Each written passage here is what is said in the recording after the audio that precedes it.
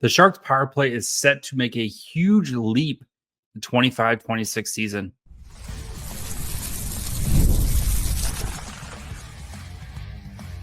You're Locked On Sharks, your daily podcast on the San Jose Sharks, part of the Locked On Podcast Network, your team every day.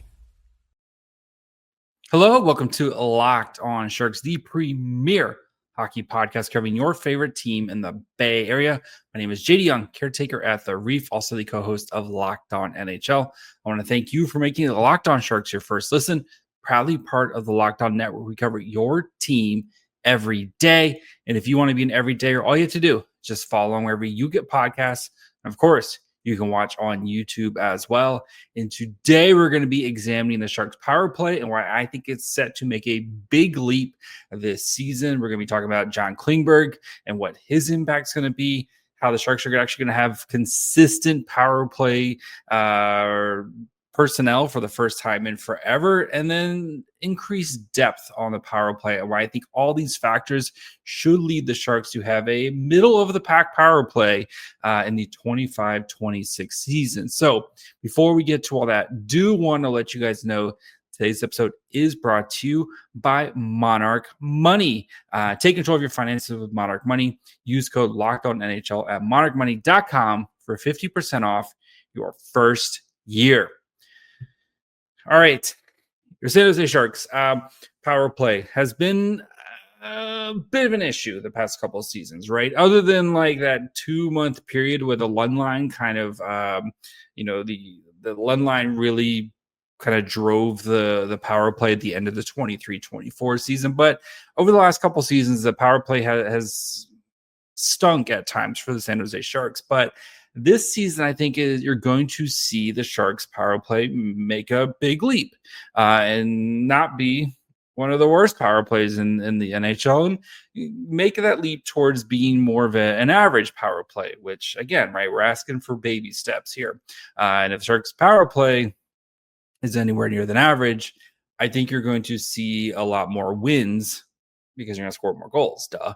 So the Sharks last year, of course, they finished 26th in the NHL on the power play at 18.6%. And while typically, having a bad power play usually doesn't lead to good results, the Kings, who had a worse power play, they made the playoffs. The Hurricanes, whose power play was a smidge better than the Sharks, also made the playoffs as your 25 and 27th ranked teams. But the majority of teams who have a good power play tend to have good teams, right? The Jets, who had the best power play in the NHL last year, also the best team in the NHL last year.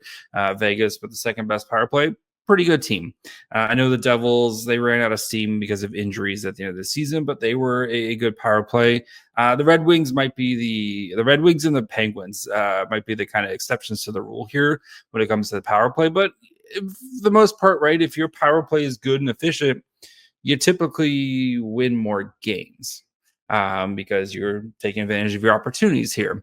And for the Sharks to kind of make that jump from being a basement dweller to, again, like if they're in that like 18, 17, 6, like if they're kind of in that middle of the road pack, I think that's fair to say would be a big jump for San Jose. And I think it would lead to more wins because you're scoring more goals. You're not putting your goalies in a spot where they're having to try to win games 2-1, et cetera, et cetera.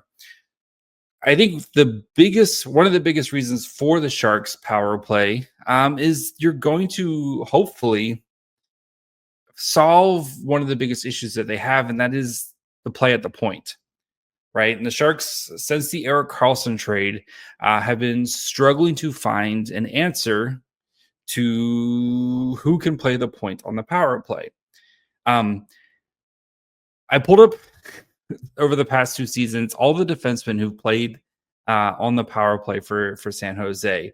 And here's a list of players who have played at least 10 minutes on the power play total over the past 2 seasons.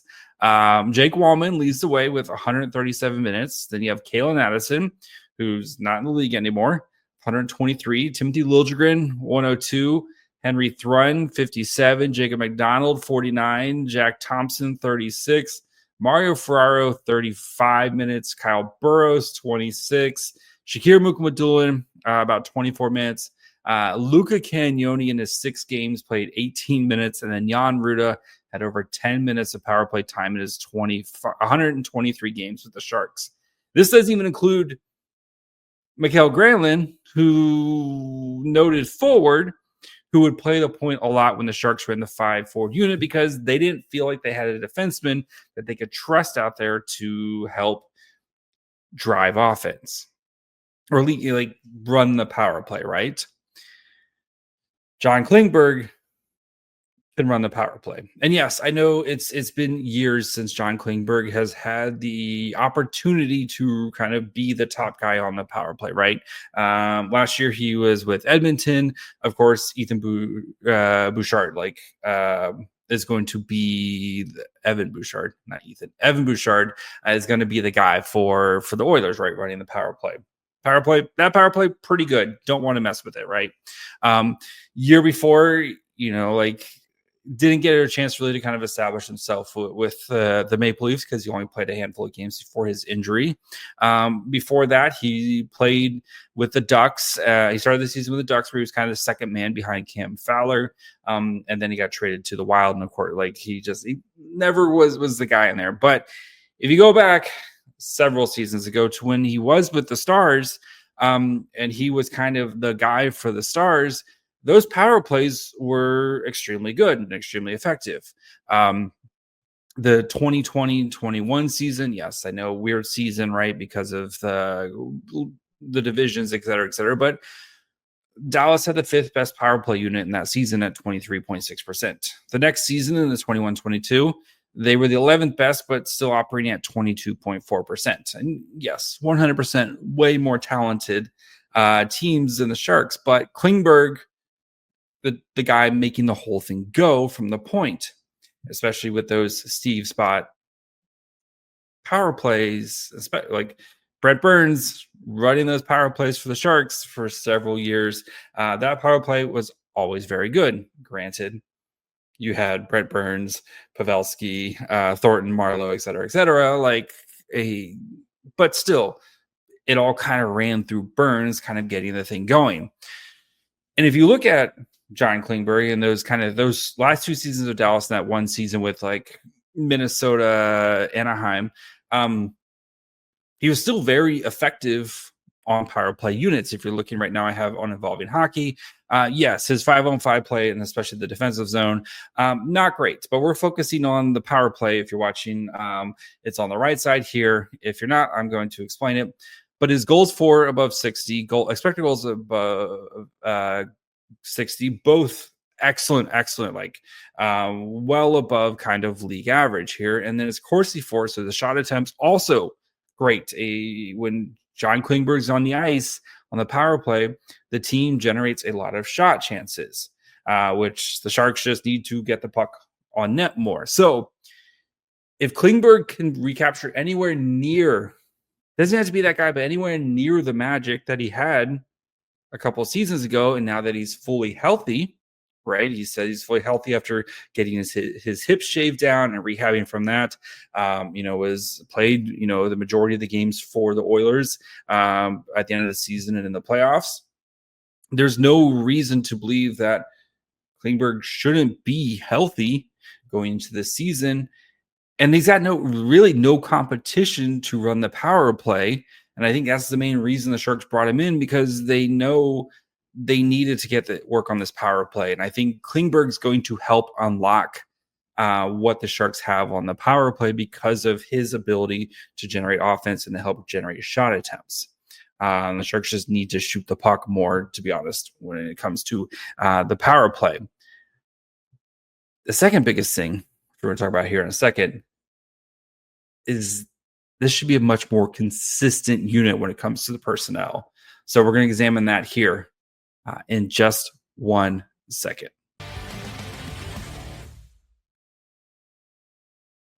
Most people can't name all their financial accounts or even what they're worth, whether it's 401ks, properties, or investments. And when you don't have the full picture, you can end up leaving money on the table. That's where Monarch Money comes in. It's an all-in-one personal finance tool that brings your entire financial life together in one clean, easy-to-use interface on your laptop or your phone. Monarch does the heavy lifting for you. You can link all your accounts in minutes, see clear data visuals, get smart categorizations of your spending, and feel control of your money without ever touching a spreadsheet, because spreadsheets are for nerds. Great thing about Monarch Money too is if you're working with your partner, maybe you guys have separate accounts, but also have joint goals. Maybe you're trying to buy a house, trying to buy a car, or just saving up for your next adventure. Monarch makes it super easy to work together, but also keep your separate accounts separate. So don't let financial opportunities slip through the cracks. Use code LOCKEDONNHL at monarchmoney.com in your browser for half off your first year. That's 50% off your first year at monarchmoney.com with code LOCKEDONNHL.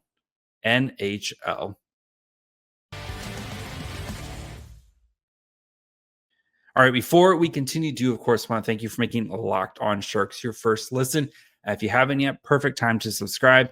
We have another great guest coming up this week. Not going to spoil it yet, but this one's a really fun interview that just kind of goes a little beyond hockey as well. So make sure you guys are following along wherever you get podcasts. And of course, you can watch on YouTube as well.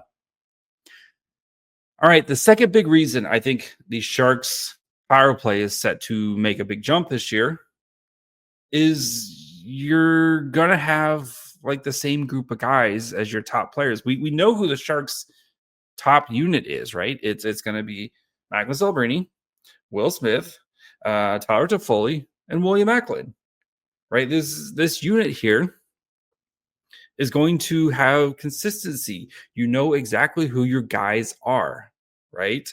And maybe Eklund comes off and you bring like a guy like Wenberg up, or maybe you tweak it around, but you know kind of your core group of first line power play, right? And this is the first time in a while that the Sharks are going to have some sort of consistency there, because you're not trading these guys, right? And that's been the problem with the Sharks recently, is because, of course, you're in the middle of this rebuild and tear down.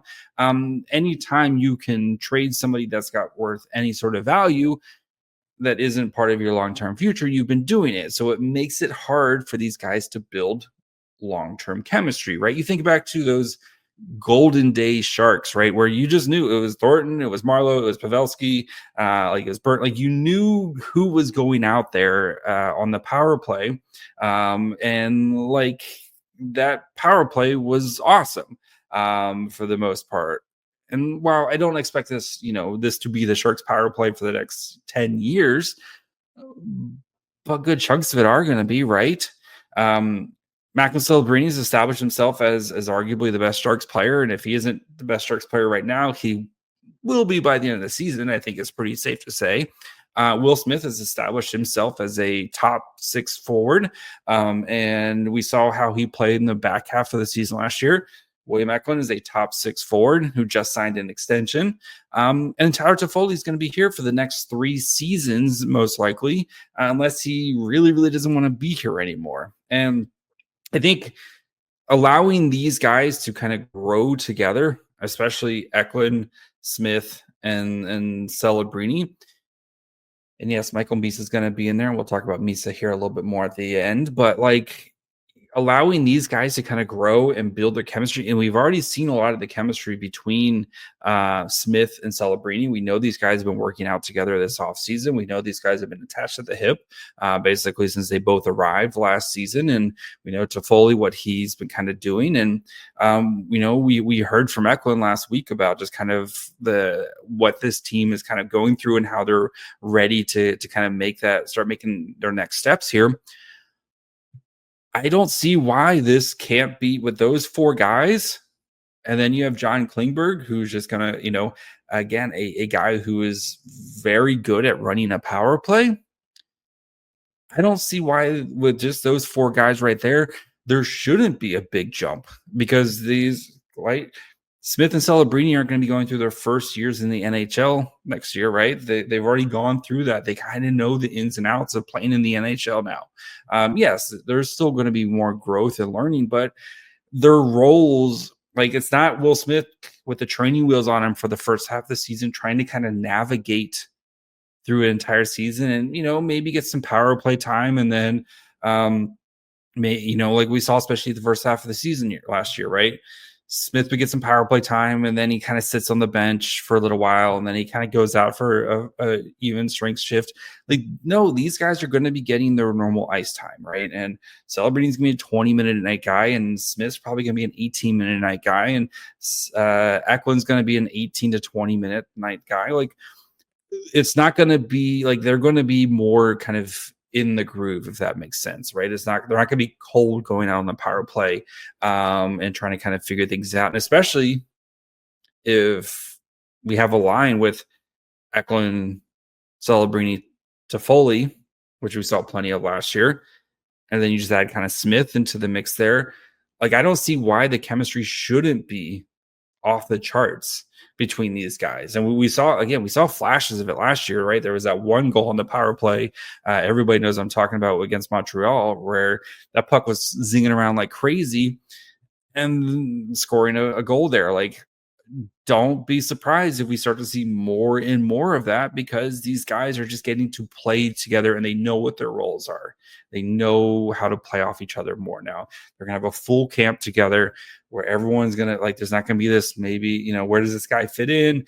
Is Will Smith a third liner? Is Will Smith a second liner? Yes, I know Will Smith's going to be, battling for a center position, but worst case scenario is he's still playing top 6 minutes. And if he doesn't win the center position, he's probably playing with Macklin Celebrini on the top line. So I just think that there's going to be much better chemistry among the top unit, and that chemistry and those little kind of, unspoken communication, right? Where guys just kind of know where other guys are going to be, know how to kind of read their body language and like what I'm going to do, and kind of their little tips and tells and little secret, communication. That stuff is going to start to kind of build and continue to build. And that's going to be, I think, a big difference instead of having new guys in the top all the time. And yes, guys are going to kind of come in and come out of the top unit, but it's going to be at least 3 of those 4 guys are going to be on the top power play between Toffoli, Smith, Eklund, and Celebrini. At least 3 of those 4 should be on the top power play at all times. Maybe you want to throw Wenberg up there, or maybe Misa or whomever, right? Maybe they get a run. But I just think they're going to see a much more cohesive unit and less kind of those turnovers that go the other way, because just that kind of miscommunication between somebody. And then again, having a guy like Klingberg who kind of could run it from the point, and you're not having to kind of run it through Celebrini or run it, allows those guys a little bit more freedom to kind of get open and not have to do so much of the actual running of the power play. So I think a big thing is just that consistency, that chemistry is going to be much better in year 2, because you have the same guys coming back and in the same roles. So, and then the third reason why I think the power play is going to make a big jump this year is just I think you have better depth and guys who can replicate the skills, not completely replicate, but they can close enough.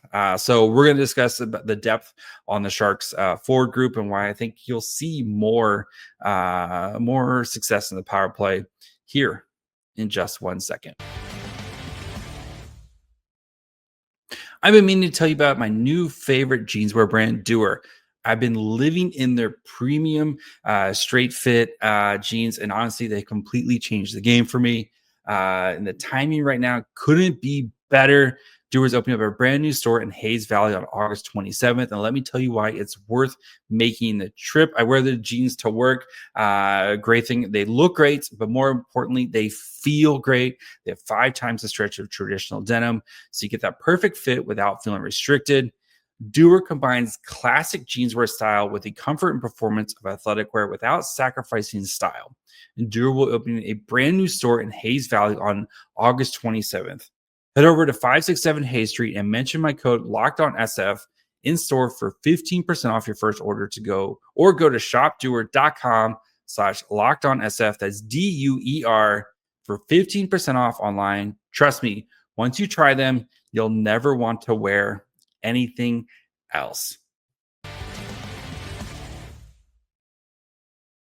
All right, before we finish up, do of course want to thank you for making a Locked On Sharks your first listen.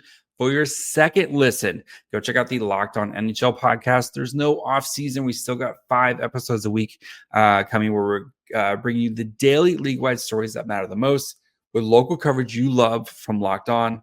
Find Locked On NHL on YouTube or wherever you listen to podcasts. All right, the Sharks should have better depth among the forward group, right? We know, again, the top 4, Eklund, Celebrini, Smith, Toffoli, pretty, locked in there, right? But then you look at some additions that they made this offseason. Jeff Skinner, again, say what you will about Jeff Skinner, the man can score goals. And I know people are like, he didn't score that many in last year in Edmonton. He has 17 goals while playing 13 minutes a night. He's going to get top 6 minutes in San Jose. The man can score goals. Kurashev can also score. You have Gaudette. Gaudette had, a breakout season when it came to goal production last year. You have Colin Graff. You have Wenberg. You have a lot more pieces that you feel better about running the second unit. Gone are the days of Luke Cunnins and your Barclay Goodrows of the world playing on the power play because you just didn't have enough guys. And I think one of the things that really, especially with Jeff Skinner, is I think he can be your Tyler Toffoli on the second unit. Where a guy who, again, Jeff Skinner is not Tyler Toffoli, but he can do a lot of the same stuff, right? And you look at where Tyler Toffoli scores goals, right, is he gets to the net and he gets those kind of dirty goals. Jeff Skinner, I think, can replicate that. Pulling up NHL's the NHL stats where they kind of break down everybody's NHL edge. I pulled up Skinner's 23-24 season with the Sabres because that was the last time he was kind of playing real minutes, and compared to last year's season with Tyler Toffoli. And both the players have very similar kind of overlaps when it comes to how they where they shoot the puck, their shooting percentage, their shots on goal, everything that is very similar. Skinner, much harder shooter. Toffoli, a tiny bit faster, but still pretty similar kind of where they lie. So, but if you look at their goals and where they score goals, you can see Tyler Toffoli is a get in front of the net and score in front of the net and score in front of the crease there. Skinner, while he doesn't maybe score as many of the dirty goals in front of the net, he still scores a lot of goals from right inside, right in front of those pure primo high danger goals. If he can replicate and, again, just be the Tyler Toffoli on the second unit, I think he's going to have a lot of success there, right? And if Wenberg can kind of be the roam around, maybe kind of up front and kind of a net front presence type of guy, you have Skinner kind of on the flank who can kind of crash the net, and then Michael Misa can play the Will Smith role, which I fully expect him to do. And then you Gaudette or Kurashev, those guys, again, maybe not as sexy as a power play as the front line, but I think those guys can be effective. And then even looking at the point play, right, you have Dmitry Orlov, who I think can run the second unit power play. You have Timothy Liljegren, who I think can run the second unit power play. If Luca Cagnoni comes up, or if you also have Sam Dickinson, I just think there's more options for the Sharks where they're not kind of scratching the bottom of the barrel to try to put together a second unit on the power play. And the big thing for San Jose, again, too, is if you do put up a Wenberg, and I think Wenberg's the guy where you probably look at maybe if you put him on the top line and then you bring someone down like a William Eklund, having William Eklund kind of be out there and kind of, if you have, Orlov or Dickinson or Liljegren running it, but then you have a guy like Eklund who's can either crash the net or his vision and find open guys, they should have much more success than what we saw last year from the second unit power play. And I think just better depth. And yes, some of these guys might not be here long term, right? You know, you look at a guy like Khrushchev, even a Jeff Skinner and whomever. Like, some of these guys may not make it through the end of the season, which is okay. But we're just kind of looking at now where this power play is going. And hopefully, the hope is when those guys get traded, or if they get traded, some of your young guys like Quentin Musti's or Igor Chernyshov's, or, like I said, Kasper Holtonen's, Cam Lund's, those guys can kind of come in and fill the place for your guys who kind of get moved on. So I do think that the power play is set to make a big jump this year, mainly because I think solving the issue at the point has been such a huge problem for the Sharks, especially since Erik Karlsson got traded. And now that you have a core group of guys who are going to be here for a while, right? Again, Celebrini's not going anywhere, right? Will Smith's not going anywhere. William Eklund's not going anywhere. Tyler Toffoli's not going anywhere. So even if Klingberg doesn't make it to the end of the season, those four guys up front, they should be able to continue to build and develop chemistry and kind of take this unit to that next level, which is this team. If they want to make a big jump, fixing their special teams will be a huge difference, right? Because even if the goal scoring at 5-1-5 doesn't increase by a lot, if they can increase in the power play, I think that can make a huge difference for San Jose as you try to kind of turn some of these 1-goal losses into 1-goal or 2-goal wins, because now you have your offense just kind of takes a lead that you would expect naturally as a lot of these guys are growing. So I expect this power play unit to go from 26 to kind of be in that middle of the pack unit for them. And maybe it's a little slow getting out of the gate, especially with Klingberg kind of, running the show, but don't be surprised if especially as the season kind of wears on, this unit gets better and better and these guys kind of start to gel more and more. So one of the big things I think this year is getting this power play unit running at a more efficient rate. And again, if they can flirt with that 20% rate, which would be again a big jump from last year where they were at 18.6, even 20%, you're in like the 19-20 range right there. And if you can get up to like 22%, you're like middle of the pack right there. So yeah, I think the power play is going to take a big jump this year because I just think the young kids are going to continue to grow, and I think they solved their issue at the point, which I think has been their biggest bugaboo over the last couple of years. So we'll be back later this week. So make sure you're following along wherever you get podcasts, and of course, you can watch on YouTube as well. Follow the show on Twitter, Facebook, and Instagram at Locked On Sharks. Follow me on Twitter and Blue Sky at My Fry Hole. Until later, bye, friends.